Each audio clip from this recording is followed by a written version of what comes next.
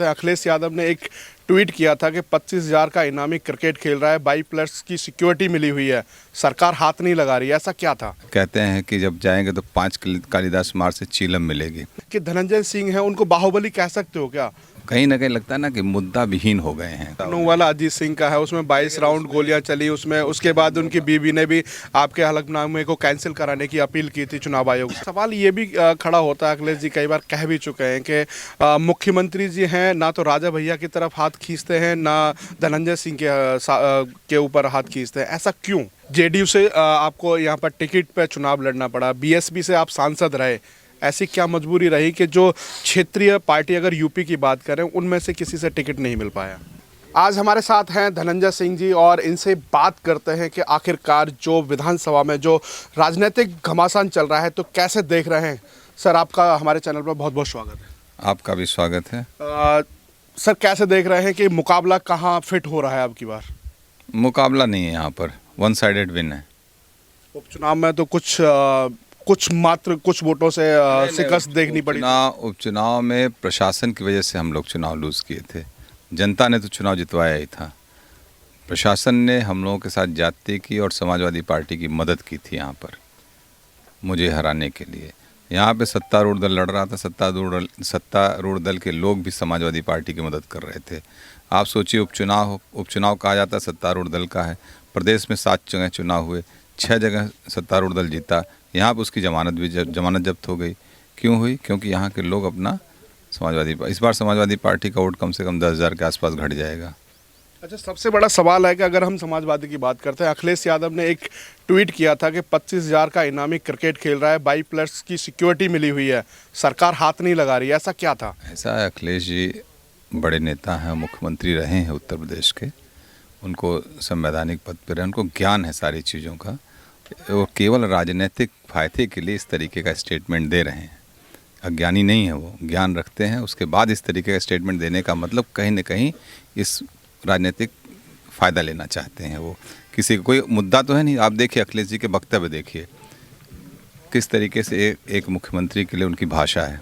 कहते हैं कि जब जाएंगे तो 5 कालिदास मार्ग से चीलम मिलेगी। ये भाषा है, एक पूर्व मुख्यमंत्री की भाषा होनी चाहिए। कम से कम राजनीतिक मर्यादा होनी चाहिए। अभी कुंडा का स्टेटमेंट उनको देखिए। तो जो लोग इतने बड़े पद पर रह लिए, प्रदेश का नेतृत्व आप कर चुके हैं, आपकी भाषा शैली अच्छी होनी चाहिए। आप किस तरीके का संदेश देना चाहते हैं?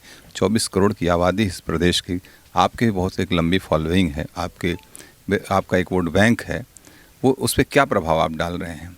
इस तरीके की भाषा जो है अनार्किज्म की तरफ ले जाती है। तो समाजवादी पार्टी इसी दिशा में हमेशा बढ़ने का काम करती है, इसी तरीके काम करती है।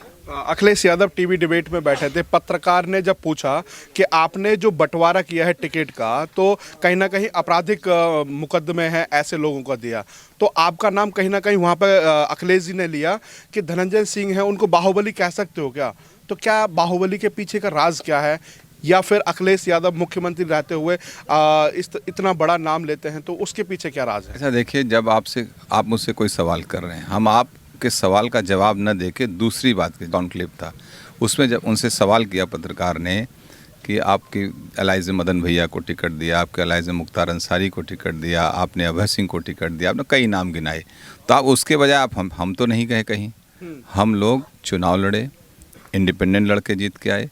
यही लोग, जब हम लोग 2002 में सरकार का विरोध कर रहे थे, यही पूरा समाजवादी पार्टी का कुनबा हम लोगों से मिलने आया। हम लोगों ने इनकी सरकार बनवा दी। उसमें राजा भैया की वजह से सरकार बन गई, और आज उन्हीं कह रहे हैं हम पहचानते, उन्हीं के कैबिनेट में रहे वो। आप बताइए, इससे हास्यास्पद बात, इस तरीके का वक्तव्य उनका देना, तो कहीं ना कहीं लगता है ना कि मुद्दा विहीन हो गए हैं। तो मुद्दा भी चीप पॉपुलैरिटी के लिए इस तरीके के वक्तव्य दिए जाते हैं, ताकि कोई चीज़ कुछ ना कुछ खबर बनने के लिए। जैसा कि अभी उनका बयान आया था कि कुंडा में कुंडी लगा देंगे, फिर राजा भैया का भी बयान आया, उसके बाद आपका भी बयान आ गया। क्या लगता है कि जिस तरीके से मुख्यमंत्री के ऊपर भी कटाक्ष किए जा रहे हैं, क्या एक तरफ से देखा जा रहा है कि ठाकुर हैं यादव जी, इसलिए इस तरह का आरोप प्रत्यारोप लगा रहे हैं? नहीं, ऐसा नहीं। आप देखे होंगे, जब इंडिया टुडे कॉन्क्लेव होता, उन्होंने कहा कि जब पत्रकार अंजना ओम कश्यप ने कुछ सवाल किया उनसे, ठीक है, तो वो कटाक्ष कर रहे थे पत्रकार को, तो कटाक्ष सभी के ऊपर कर रहे हैं आज की डेट में। पत्रकार भी उनको ख़राब लग रहे हैं। तो उन्होंने फिर बाद में कहा क्या कि मैं यादव हूँ इसलिए ये बात कह रहे हो। तो एक जो इस प्रदेश का मुख्यमंत्री रहा हो, सिर्फ अपनी जात पे बात कर रहा हो, हम लोग तो कभी ये बात नहीं कह सकते हैं।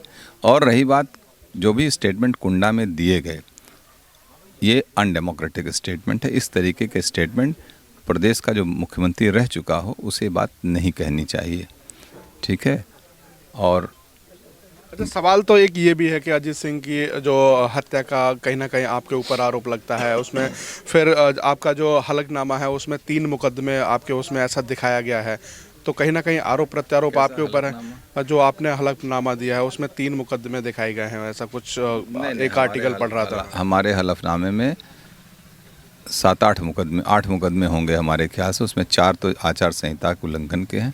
एक जौनपुर में मैं 2011 में हम एमपी थे, उस समय बीएसपी के हमारे इंटरनल डेमोक्रेसी को लेके पार्टी के फोरम में इलेक्शन कमीशन गया था, एक इशू उठा था, उससे मेरे ऊपर मुकदमा यहाँ पे फर्जी कायम कर दिया गया था।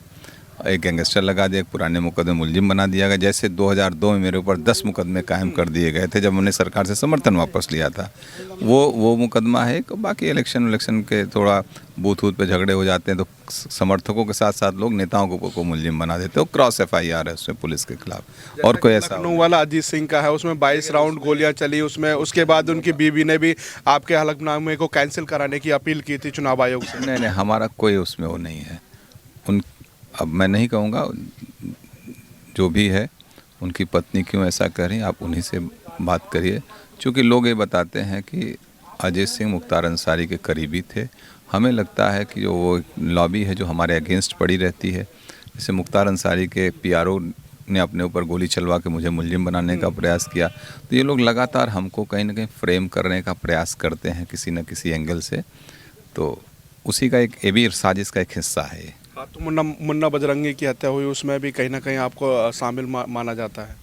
तो आप 7 लोगों की हत्या हुई थी गाजीपुर में, कृष्णानंद राय की हत्या हुई, एक विधायक की हत्या हुई, 7 लोग मारे गए, 400 राउंड गोलियां चली।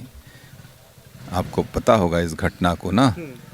तो हम लोगों से क्या लेना, मुख्तार अंसारी के सहयोगी थे, उसमें को एक्यूज थे सब लोग।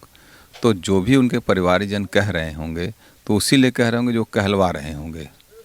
अच्छा, एक सवाल ये भी खड़ा होता है, अखिलेश जी कई बार कह भी चुके हैं कि मुख्यमंत्री जी हैं ना तो राजा भैया की तरफ हाथ खींचते हैं ना धनंजय सिंह के ऊपर हाथ खींचते हैं। ऐसा क्यों कि धनंजय सिंह या राजा भैया की मुख्यमंत्री से कोई अंडर टेबल या अंदरूनी कुछ बातचीत है क्या? आपको कुछ ऐसी जानकारी है क्या? हम लोग तो आपसे सीधा जानना चाहते हैं। तो मैं चाह रहा हूँ आपने सवाल क्या, कुछ आपने तो सवाल और आंसर दोनों अपने उसमें दे दिया, समझ रहे हैं। हम लोगों का इस तरीके का कोई इतिहास नहीं रहा है कि हम लोग किसी की ज़मीन कब्जा कर रहे हैं, मकान कब्जा कर रहे हैं, दुकान कब्जा कर रहे हैं। जो लोग इस तरीके का काम करते हैं उन्हीं के खिलाफ सरकार कार्रवाई कर रही है। और आपको मालूम होगा जब समाजवादी पार्टी की सरकार 93 में बनी थी तो जो ज़मीन सरकारी वो ज़मीन हमारी है करके कब्जा बहुत सी ज़मीनें हुई थी। और इस सरकार ने, केवल बात मुख्तार अंसारी और अतीक अहमद की क्यों उठती है, इस सरकार ने पूरे प्रदेश में लाखों एकड़ ज़मीन खाली कराए हैं, जो सरकारी ज़मीन थी जो लोग कब्जा किए थे। चूँकि ये दोनों समाजवादी पार्टी के से इनके अंसारी परिवार का बहुत लगाव रहा, बहुत करीबी रिश्ता रहा है समाजवादी पार्टी से, और इलाहाबाद वालों का भी बहुत अच्छा रिश्ता रहा है।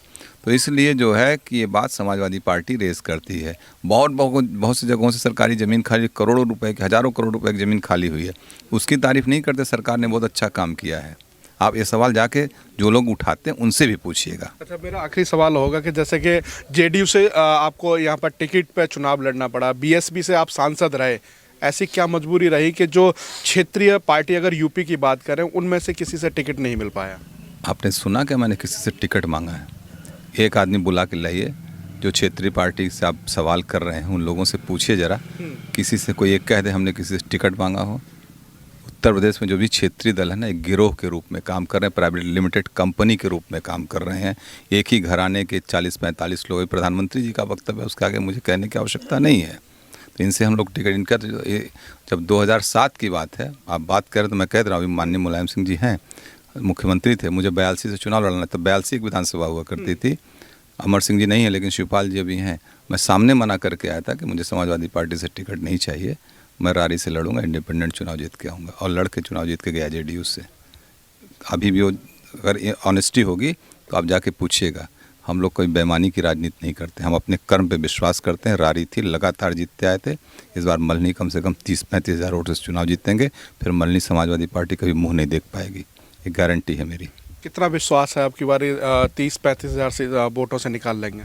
मेरी बात में आपको विश्वास नहीं दिखा अभी? फंसा नहीं, मैंने कहा ना, प्रशासन के लोगों ने चुनाव हरवाया था, हमारे लोगों को परेशान किया गया। जहाँ पे खड़े हैं ना, यहीं पे उस समय तक यहाँ के मंत्री की गाड़ी 50 गाड़ियों के साथ जा रहे थे, हम लोग 4-5 गाड़ियों से थे।